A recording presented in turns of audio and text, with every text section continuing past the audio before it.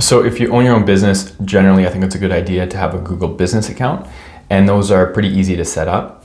And if you do have one or you're planning on setting one up, I've just got a few tips for how to manage and optimize the account. So for starters, the first tip is keep it independent. So if you are kind of like a subcontractor or you're just renting office space at a building that has other businesses, I would create your own Google Business account. So an example would be, let's say you are a massage therapist and you're kind of an independent contractor and you're working out of a health clinic. I would create my own Google Business account rather than tying it into the clinic or the health center that you're working at. Because you're an independent contractor, there's a chance that maybe you're working at multiple locations, or maybe you're working out of this one clinic for a few years and then you transfer somewhere else. So it wouldn't be a good idea to just ask your clients to leave reviews for you on the clinic or the health center's Google Business account. It's better to have it on your own so that you can take that with you if you are moving to a different location, or even if you kind of start your own business. You don't really want that tied to the company that you aren't a direct employee of or might not be staying with long term. The next tip would be keep it separate from your home if you can. If you have a home-based business and you don't want people knowing where you live, then I would not tag it to your home. There are exceptions, like if you actually want people to know where you live, like if you have a daycare, if you are doing like eyelashes or nails or something like that out of your home, then of course people, your clients are going to your home and they need to know where that is. But if you are a photographer or like a graphic designer and you do all your work kind of remotely or out in the field, or for clients who don't need to know where you live, then you might not want to tag it to your home address, just for privacy reasons. And if that is the case, then sometimes you can just tag that to a specific region, or you can even sign up with like a co-working space to get a remote address to tag your business to that co-working space, and just maybe pay a monthly fee in order to do that, to give yourself that privacy. So it depends on the type of business you're running and what you're comfortable with, but that is an option and it is a suggestion for certain businesses. The next thing would to be get reviews from clients. I think a lot of people will just ask friends to do it for them and kind of get fake reviews. I don't recommend that. I recommend getting authentic reviews, but get them and ask for them, especially when you're just finishing up with a client. If they're really happy with the product or service you provide them, just ask them, hey, could you please leave me a good Google review? I'd really appreciate it. It would help me out a lot. I think, a lot of people are willing to do that. It only takes a few minutes.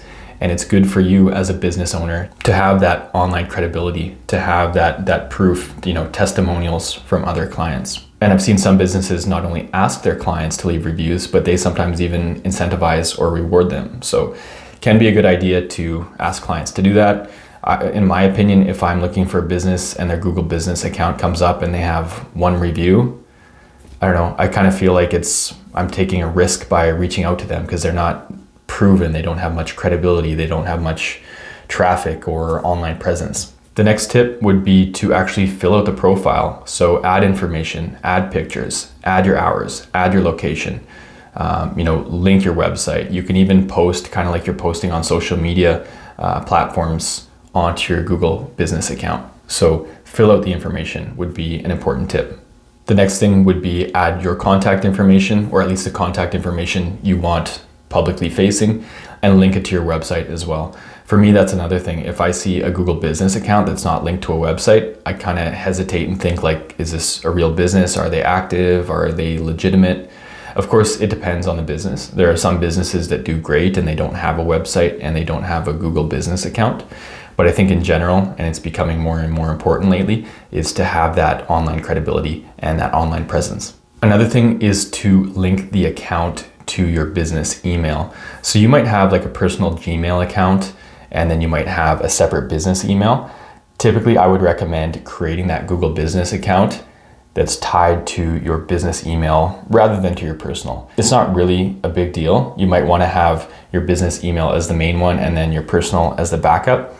But if this is a business where other people are involved, there's a chance you might sell the business or there's other owners. It might make more sense just to have that Google Business account tied to the business email account rather than a personal account. The next tip is to tag it to a specific location if you can. So if you have a facility, whether that's your own facility for your business or even if you're renting a space in another facility, typically I think it's good to tag it right to that address, because sometimes people are just going to go on Google Maps and they're going to search for a certain type of business and they're looking for ones that are going to come up in their neighborhood, in their region. So if you're just tagging like the whole province that you live in, the whole region, the whole state, it might not show up properly in that way when someone's maybe in your city and they're looking for your type of business that exists in the southern part of the city. You might not show up. So for most businesses, I do recommend tagging a specific address, especially if it's a business where clients are coming and going to your physical business. And the last tip I have is respond to reviews. So I mentioned asking for reviews, encouraging clients, especially happy clients, satisfied clients, to leave reviews. It's also a good idea to respond to those reviews, both just to show appreciation to the client that left you the review, but also just to show interaction on the Google Business account. I think it's kind of just good for the algorithm. If the account is active, it's going to be more likely to pop up when people do searches, if it has a lot of reviews, if it has a lot of traffic and engagement and response from owners and things like that. So hopefully that was helpful. If you liked the video, you can click like. If you want to check out my other videos, I've got dozens of them on my YouTube channel here that cover topics on business management and business startup.